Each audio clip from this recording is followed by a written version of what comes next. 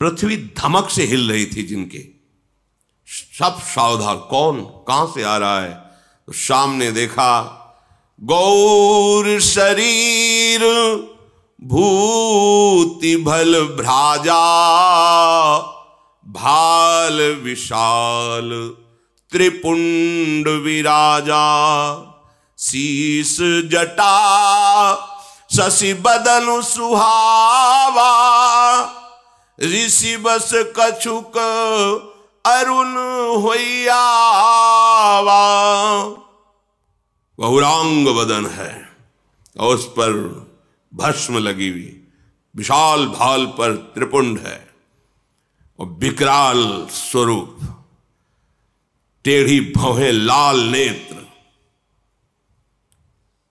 और एक सब परशुराम ने, जो बड़े बड़े पले पले ढाल तलब कूद पड़े मंच से, भागे प्राण बचा के। भगवान परशुराम जी का आगमन हुआ। वस्त्र तो मुनियों के से है, वलकल की लंगोटी, मृग शर्म बंधा हुआ, पीछे 2 तोड़ीर, दाहिने हाथ पे फरसा, बाएं हाथ पर धनुष और सिंहवत चाल। उनका सेवक होगा मेरा और मेरे आराध्य देव का धनुष भंग करेगा। अरे सेवक वो होता है जो स्वामी को प्रसन्न करे, सेवा के द्वारा सेवकाई करे। ये तो दुश्मन का काम किया है, वो मेरा सेवक हो सकता है। जिसने भगवान शंकर के धनुष को तोड़ा है, शास्त्रा हुआ, वो अर्जुन के समान मेरा वो दुश्मन है। सामने उपस्थित हो, नहीं पूरी सभा को काट डालेंगे। सो बिलगाई बिहाई समाजा, न तुम्हारे जय है सब राजा। सब राजा लोग उसे बाहर कर दे या वो स्वयं बाहर होकर आ जाए, नहीं पूरी सभा मारी जाएगी। भगवान तो हाथ जोड़े खड़े हैं। लक्ष्मण जी उछल पड़े, विश्वामित्र जी के बगल में बैठे हुए थे, आए और कहा महाराज एक धनुष पे इतनी गुस्सा की जाती, हमने तो सैकड़ों धनुष तोड़े बाल्यावस्था में, जहां खींचते थे टूट जाता था, कभी आप नहीं आए गुस्सा करने के लिए। इस धनुष में क्या खास बात है जो आप इतना उछल रहे, क्रोध कर रहे, और सब मारे जाएंगे, सब मारे जाएंगे। बहु धनु ही तोरी लरिकाई, कभी हमने नहीं देखा कि धनुष टूटा तो आप आ गए, और लेकिन आज आपको इतनी गुस्सा क्यों आ रही है। परशुराम जी ने कहा चिरंजीवी का आशीर्वाद दिया है इसलिए मैं शांत हो रहा हूं। रे नृप बालक काल बस बोलत तो ही न संभार, धनु ही सम त्रिपुरारि धनु विदित सकल संसार। अरे मूर्ख बालक, तू काल के अधीन हो रहा है। साधारण धनुइयों के सामने तू भगवान शंकर के अजगों को जो विश्व में बंदित हैं, उनके धनुष को तुम उनसे जोड़ रहे हो।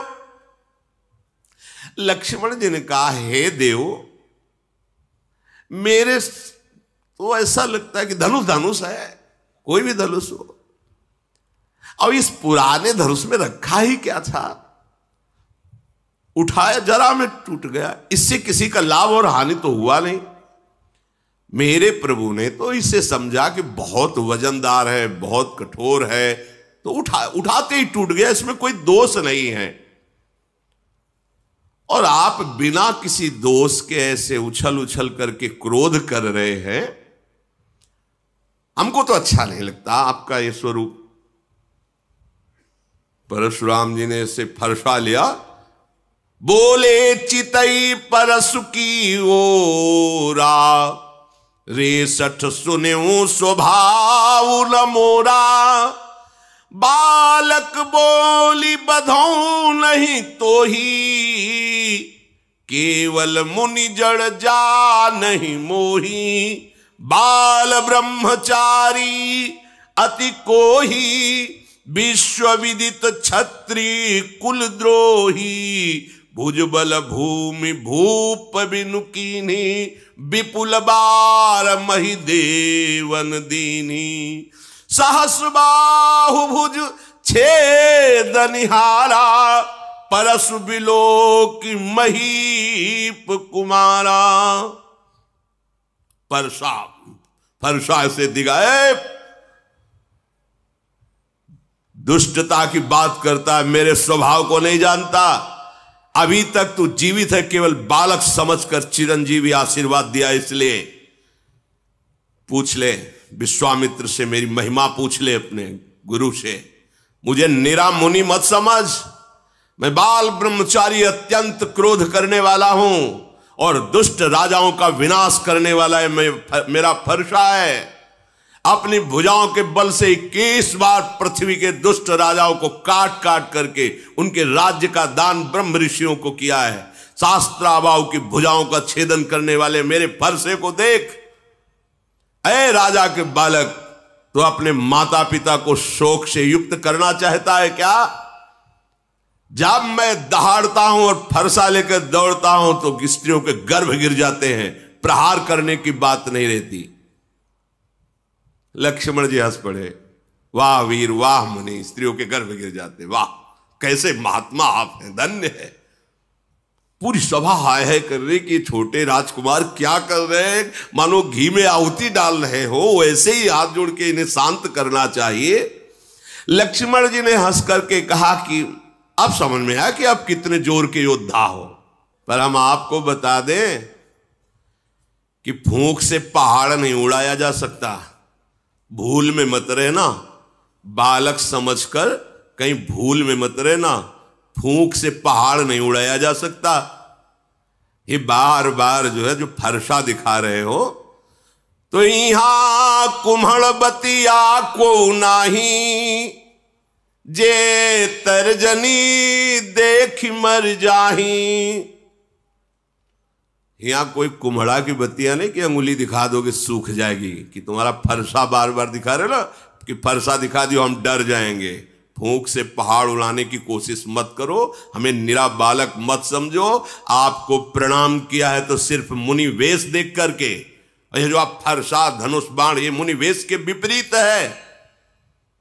मैं अभिमान से नहीं कहता हूं, आप सच्ची समझ लो, मुझे केवल बालक मत समझना।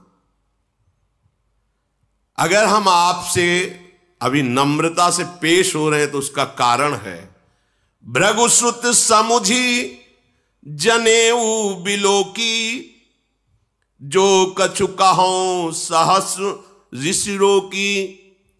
आप जो बोल रहे हो ना, और मैं सह रहा हूं, इसका कारण एक ही है।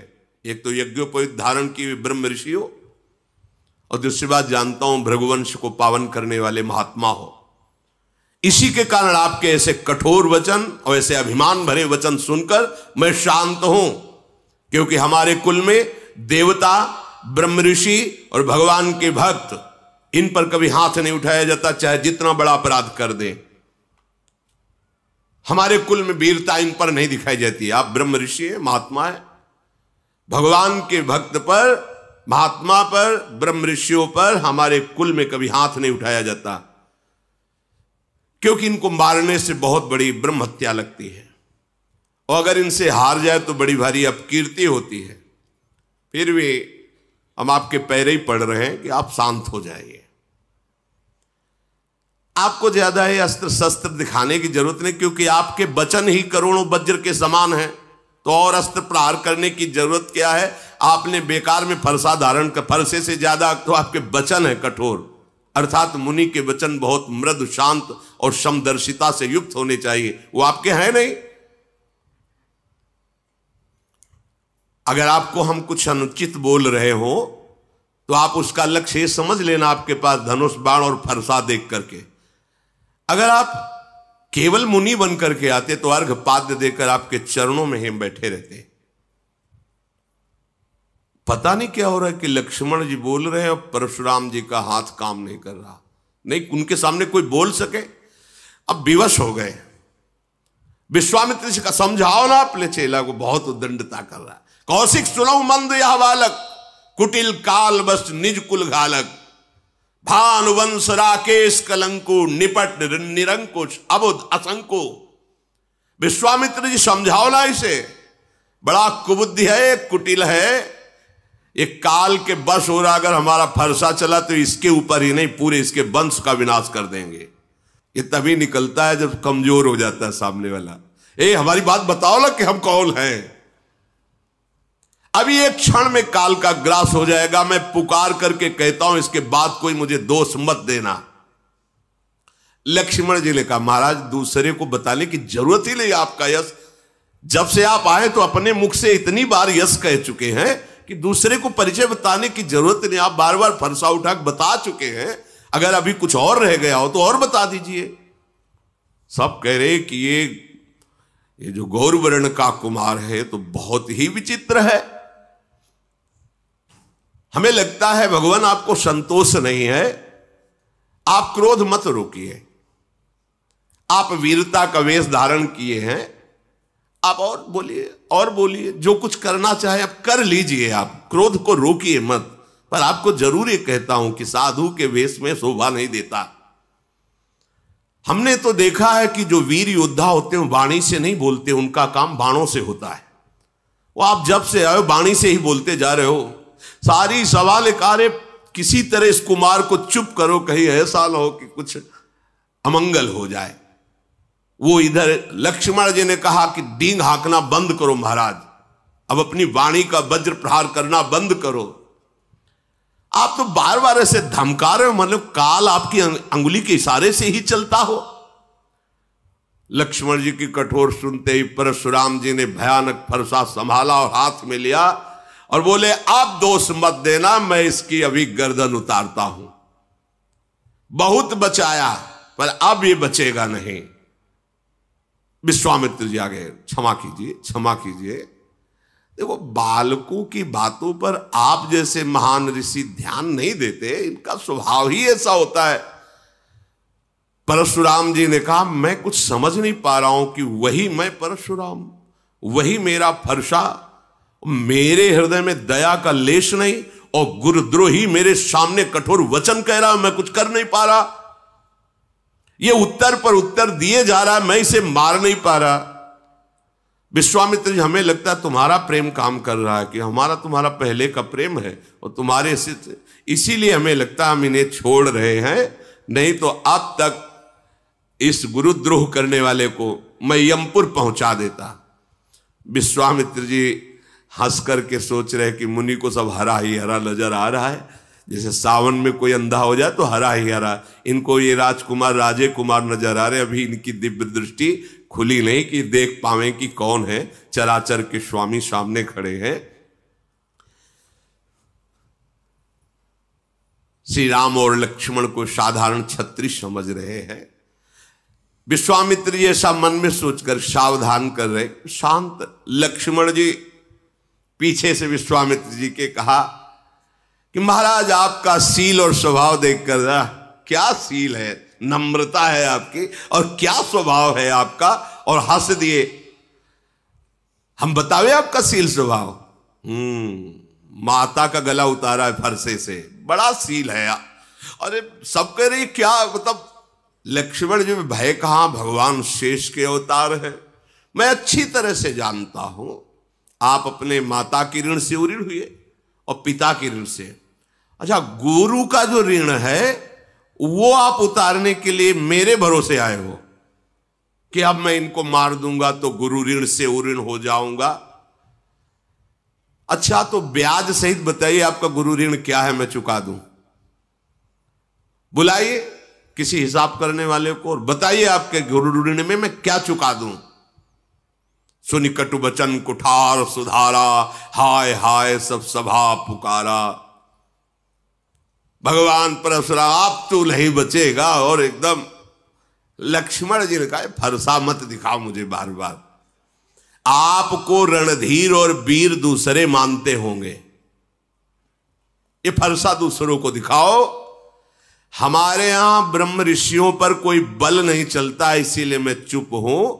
सब सभा के लिए लगे अनुचित है, अनुचित है, लखनलाल ऐसा मत बोलो, ये महावीर है।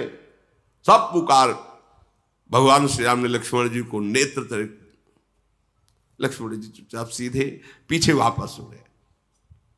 परशुराम जी क्रोध की अग्नि बढ़ रही। भगवान श्री राम फिर शांत, नाथ शांत हो जाइए, नाथ करहु बालक पर छोहू, सूद दूध मुख करी न कोहू, जो पै प्रभु स्वभाव प्रभाव कछु जाना, तो कि बराबर करत आयाना। क्षमा क्षमा प्रभु क्षमा कीजिए, ये सीधा साधा दुधमुहा बच्चा है लक्ष्मण, कुछ बोल दिया, वो आपके प्रभाव स्वभाव को नहीं जानता, अभी तो बच्चा है, बेसमझ है। नाथ जो लरिका कछु अचगरी करही, गुरु पितु मातु मोद मन भरही, करी कृपा शिशु सेवक जानी, तुम समशील धीर मुनि ज्ञानी। बालक है, बालकों की चपलता देखकर माता पिता गुरु नाराज नहीं होते हैं, मोद धारण करते हैं। छोटा सा बच्चा सेवक जानकर कृपा कीजिए, आप समदर्शी सुशील धीर ज्ञानी महात्मा है, प्रभु आप शांत होइए। शांत ऐसा लगे जैसे आग के ऊपर पानी पड़ गया हो। परशुराम, हाँ तुम हमारी महिमा को जानते हो, राम वचन सुनी कछुक जुड़ाने। पीछे से लक्ष्मण जी ने मुस्कुरा करके फिर परशुराम जी को इशारे से, परशुराम ने कहा देखो तुम प्रार्थना करो, वो हंस करके फिर हमें क्रोध दिला रहा है। ये बड़ा, राम जी के पीछे से इशारा करे, बहुत जोर के मुनि हो तो, और हंस लक्ष्मण जी की हंस, और राम जी हाथ जोड़कर गंभीरता, आप महामुनि धीर हुए, और लक्ष्मण जी हंस के, हमें पता है कितने बड़े तुम वीर हो। उन्होंने कहा कि राम तोर भ्राता बड़ पापी, ये बड़ा पापी है, मुझे वहां से फिर जला रहा है, तुम इसे दुधमुआ बच्चा कहते हो। अरे गौर शरीर श्याम मन माही, कालकूट मुख पय मुख, ये दुधमुआ नहीं जहरीला है, भगवान शेष के अवतार है, दुधमुआ थोड़ी है, जहरीले ऐसे जहरीले के उन्हीं के तेजाग्नि से संपूर्ण प्रलयाग्नि प्रकट होती है और साफ सृष्टि का लय हो जाता है। ये गोरे बदन वाला जो छोटा कुमार है, तुम इसे दुधमुआ कह रहे हो, दुधमुआ नहीं, ये विषमुआ है, बड़ा टेढ़ा है, तुम जैसे शील स्वभाव वाले हो ऐसा नहीं है वो। तुम्हारे पीछे देखो, हमको फिर चिढ़ा रहा है, देखो चिढ़ रहे भगवान परशुराम, इतने महामुनि, और लक्ष्मण जी जहां इशारे, तो वो फिर देखो बोला, गुस्सा हो रहे। लक्ष्मण जी ने खुल कर हंस के कहा कि मुनि, आपको आज तक ये ज्ञान नहीं हुआ कि क्रोध करना पाप है? इस क्रोध के वशीभूत होकर के बड़े अनुचित हो जाते हैं कार्य, पूज्य जनों की हिंसा हो जाती है। आपको इतना ज्ञान नहीं कि आपको क्रोध नहीं करना चाहिए? वैसे तो आप मुनिराज हैं, मैं सदैव आपके दासत्व को ही स्वीकार करता हूं, ऋषियों की दासता स्वीकार करता हूं। अब तो क्रोध त्याग दीजिए, धनुष टूट गया, अब जुड़ेगा तो है नहीं, खड़े खड़े बार बार उलर रहे हो आप, तो पैर दुखने लगे होंगे, आसन पे बैठ जाओ, आपके पैर थोड़ा विश्राम कर ले, बैठ जाइए। अगर धनुष के बिना आपको चैन न पड़े तो हमारे अयोध्या में ऐसे कारीगर हैं, हम अभी बुलाते हैं, एक क्षण में धनुष को जोड़ देंगे, कारीगरों से जुड़वा के आपको धनुष देंगे। लक्ष्मण जी जब ऐसी बातें, जनक जी थर थर कांप रहे हैं और हाथ जोड़ के कह रहे हैं, बस चुप रहिए चुप रहिए, आप ऐसी बातें क्यों कह रहे हैं? जनकपुर के सब स्त्री पुरुष कांप रहे, मन ही मन कह रहे हैं कि बना बनाया काम परशुराम जी वैसे ही क्रोधित थे, ये छोटा कुमार और आग में घी की आहुति डालता जा रहा है। लक्ष्मण जी की निर्भय वाणी सुनकर भगवान परशुराम जी का क्रोध और बढ़ रहा है, पर हृदय में कोई क्रिया नहीं हो रही। वाणी से तो बोलने पर हृदय एकदम शांत है, ना तो मारने की इच्छा हो रही है, एकदम हृदय शीतल, क्योंकि सामने साक्षात भगवान श्री राम विराजमान है। ये मन का मैला, शरीर का सुंदर, ऐसा लग रहा है जैसे विष में से भरा सोने का कलश हो। इसको भाई बस शांत कर दो, परशुराम जी सबसे इसको शांत कर दो। लक्ष्मण जी ने हंस करके कहा कि और किसी को कहने की जरूरत ही क्या है महाराज, आपका शांत वेश देखकर वैसे ही हम शांत हैं, मतलब आपका तो खुद अशांत स्वरूप हो रहा है इस समय। प्रभु श्री राम ने ऐसे देखा, अब शांत रहिए लक्ष्मण जी, सकुचा गए और विश्वामित्र जी बुलाए, लक्ष्मण जी को पास बैठाला। भगवान श्री राम हाथ जोड़े और विनय के साथ कोमल वाणी में कहा, प्रभु आप सुजान हो, बड़ा सुंदर स्वभाव आपका है। आप उस बालक की तरफ से मैं क्षमा मांगता हूं। देखो बालकों का स्वभाव जैसे बरैया होती ना, वो बैठेगी उसका स्वभाव है, और अगर वो जरा सा डंक मारेगी तो वो फूल जाता है, जलन होती। ये बच्चों का स्वभाव, खेल खेल में कुछ अमंगल कर सकते हैं। जो साधुजन होते हैं, बड़े बूढ़े जन होते हैं, बच्चों पर दोष नहीं देखते हैं। आप कृपा करो, नाथ जानना चाहते हो कि धनुष भंग करने वाला अपराधी कौन है? तो अपराधी मैं आपके सामने हूं। ये धनुष भंग अपराध मेरे से हुआ है। यदि आप अपराधी जानना चाहते हो तो मैं हूं। स्वामी, अब चाहे आप कृपा करो या क्रोध करो, वध करो या बंधन में डाल दो, जैसा आप समझे। मैं आपका दास हूं, आप जैसा चाहें वैसा आप हमारे साथ बर्ताव करें। मुनिराज, जिस तरह से आपका क्रोध दूर हो वो उपाय कर लो। मुनि ने कहा कि क्रोध कैसे जाए? अब भी वो विश्वामित्र जी के पास बैठा हुआ टेढ़ा ही हमारी तरफ देखा, और इनकी भी दृष्टि वही लगी लक्ष्मण जी के ऊपर। वो होता है ना, एक बात और है, जो चिढ़ने लगे ना तो उसको लोग और चिढ़ाते हैं। जैसे तुम्हें कोई कहे चिढ़ा, और आप चिढ़ो ना तो फिर वो धीरे धीरे शांत हो जाएगा। और परशुराम जी चिढ़ रहे, ऐसा स्वभाव कभी नहीं देखा गया इनका। पर आज भगवान का प्रभाव और स्वभाव ऐसा है कि सब हैं तो भगवान के अंश ही ना, वो अहंकार नहीं रहने देते। किसी सुनहु राम कर सहज स्वभाव, जन अभिमान न राखे काऊ।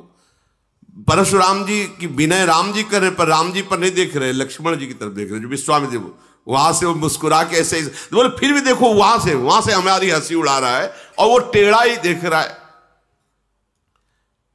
अब तो इसकी गर्दन पर कुठार ना चलाया तो मेरा क्रोध करना व्यर्थ चला जाएगा। अरे जिस कुठार की घोर आवाज सुन करके दुष्ट राजाओं की स्त्रियों के गर्भ नष्ट हो जाते थे, उस फरसे को मैं धारण किए, फिर भी ये राजपुत्र जीवित है। मेरा हाथ क्यों नहीं चल रहा? मेरे क्रोध से तो छाती जल रही, पर मैं कुछ कर क्यों नहीं पा रहा? क्या हो रहा है मेरे को? ये विपरीत दशा कैसी, ये विपरीत स्वभाव कैसा? पता नहीं इस समय मेरे हृदय में क्या हो रहा है। भगवान परशुराम जी कह रहे, मुझे लगता है कि मेरे हृदय में जो कभी नहीं थी वो दया आ गई क्या मेरे हृदय में, इसीलिए दुस्साह दुख सह रहा हो। लक्ष्मण जी ने वही से मुस्कुरा के कहा, सिर नवा के कि महाराज आपकी दया भी आपके स्वरूप के अनुकूल ही है। मतलब दया भी, ये दया है, हाहाकार मचा दिए, ये दया है आपकी, ऐसा मान। और आप जब बोलते हैं महाराज तो ऐसा लगता है फूल झड़ रहे हैं। महाराज जब आपकी दया में ये हालत है तो जब आप निर्दयता करते होंगे तो क्या होता होगा? दया में तो जल रहे हैं, और जब निर्दयता आएगी तो क्या होगा? अगर क्रोध आ गया तो हमें लगता है आप ही का शरीर भस्म हो जाएगा। परशुराम का देखा जनक, देखा अब हम शांत हो रहे थे, फिर इसने आग लगा दी है, अब तो पक्का ये यमराज का अतिथि बनेगा। नहीं तो एक बात है, इसको मेरी आंखों के सामने से हटा दो। पता नहीं क्या हो रहा, परशुराम जी बार बार कहते पक्का, और फिर बोले एक उपाय है जनक जी, इसको सामने से हटा दो, मेरे सामने से हटा दो। ये राजपुत्र को देखते ही मुझे गुस्सा। लक्ष्मण ने हंसकर कहा, महाराज उनको हटाने की जरूरत नहीं, ऋषियों का एक स्वभाव होता है, जिसे नहीं देखना चाहते आंख बंद कर लेते हैं। आप आंख बंद कर लीजिए तो मान लीजिए कोई है ही नहीं। लक्ष्मण जी ने कहा, मूंदे आंख कतहु को नहीं, हटाने की जरूरत नहीं, आप अपनी आंख मूंद लीजिए। परशुराम तब राम प्रति बोले उरयति क्रोध, शंभु सरासन तोरि सठ करसि हमार प्रबोध। क्रोध धारण करते हुए भगवान राम से कहा, तू भी उसी का भाई है ना? बार बार विनय करता है और भगवान शिव के धनुष को तोड़ा और हमें ज्ञान सिखाने चला है। तेरा भाई तेरी ही सम्मति से मुझे कटुवचन बोलता है और तू आकर छल से हाथ जोड़कर मुझे शांत करना चाहता है। आज मैं युद्ध में तुझे परास्त करूंगा। क्योंकि तेरा नाम राम है ना, अब ये राम नाम तेरा, मैं युद्ध, आए शिवद्रोही छल त्याग कर मुझसे युद्ध कर, भगवान श्री राम से कहा, नहीं तो भाई सहित तुझे इस रंगमंच पर मार डालूंगा। हर्षाली भगवान श्री रामचंद्र जी हाथ जोड़े से महान गंभीर। जब परशुराम जी बार बार, भगवान रामचंद्र जी ने मन में विचार किया कि लक्ष्मण जी की चेष्टा से क्रोध आ रहा है, बस लक्ष्मण जी पे चल नहीं रही, तो हमारे ऊपर फरसा चलाना चाहते हैं। टेढ़ जान शंका सब काहू, वक्र चंद्रमा ग्रसै न राहु, बहुत सुधावते बड़ दोषु। हमें लग रहा है कि उधर तो लक्ष्मण जी कटाक्ष वाले, और हम हाथ जोड़ रहे तो हमारे ऊपर गुस्सा करें, मतलब सीधाई में बहुत दोष है। भगवान श्री राम ने बड़े गूढ़ वचन बोले। राम कहो रिस तजिए मुनीसा, कर कुठार आगे यह सीसा, जेहिरिस जाय करी सोई स्वामी, मोहि जानी आपन अनुगामी।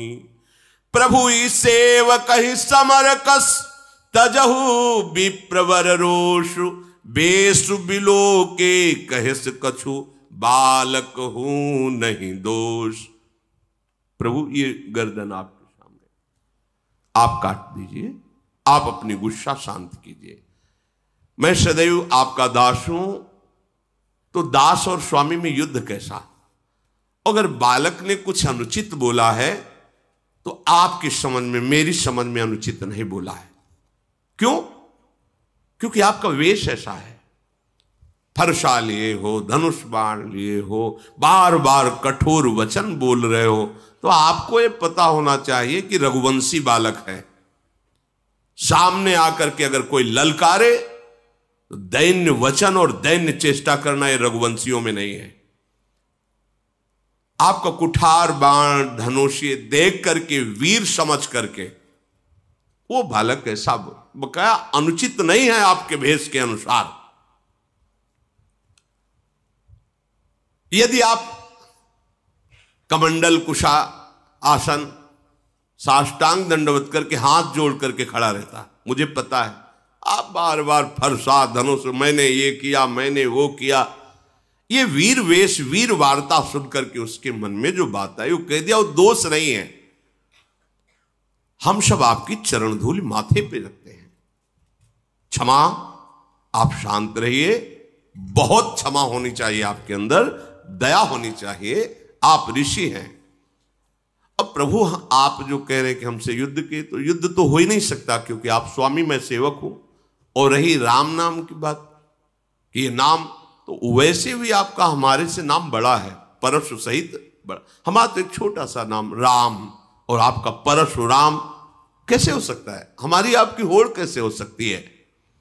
प्रभु मैं तो केवल एक ही गुण ये धनुष धारण करता हूं, आप शम दम तपस्या शौच क्षमा सरलता ज्ञान विज्ञान आस्तिकता, ये 9 गुण धारण करते हैं।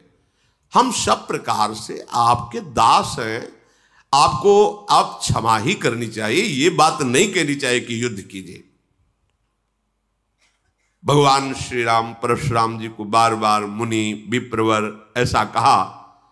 परशुराम जी क्रोधित होकर ठहाका मारकर बोले, समझ गए तुम मुझे कोरा मुनि ही समझते हो, समझ गए, तुम ही मुझे कोरा मुनि ही समझते हो।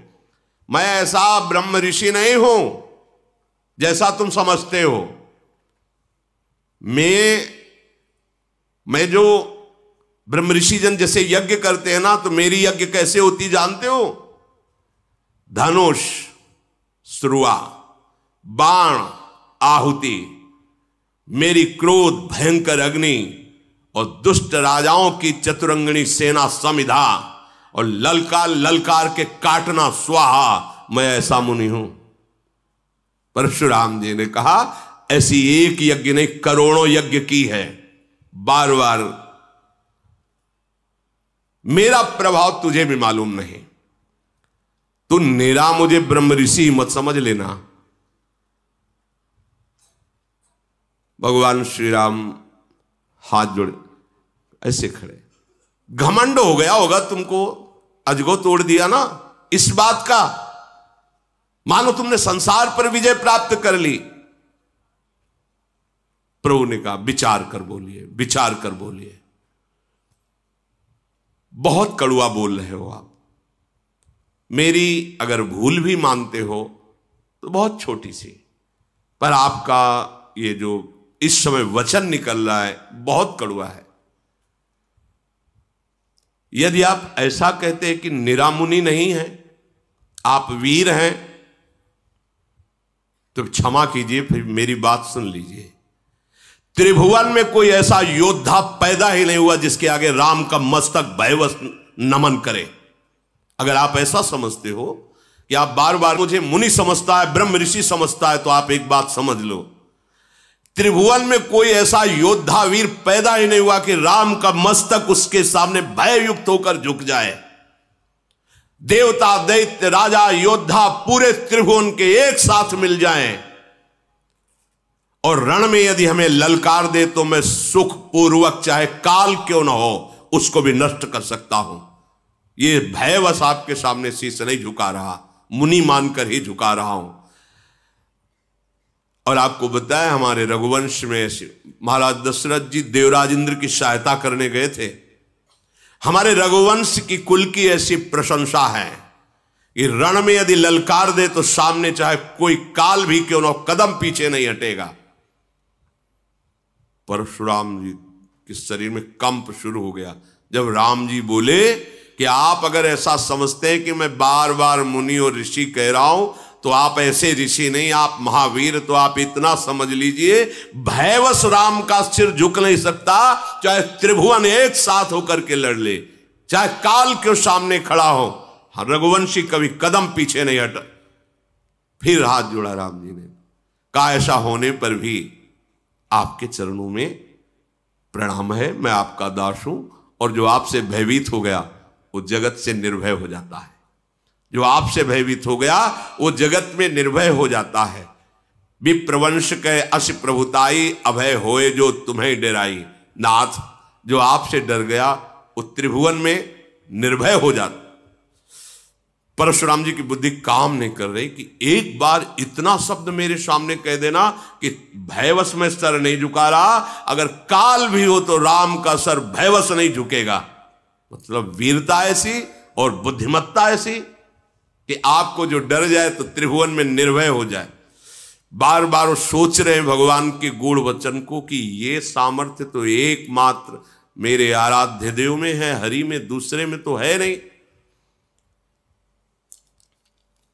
भगवान परशुराम जी ने कहा कि मुझे कुछ संशय हो रहा है, प्रभु निवारण कर लीजिए।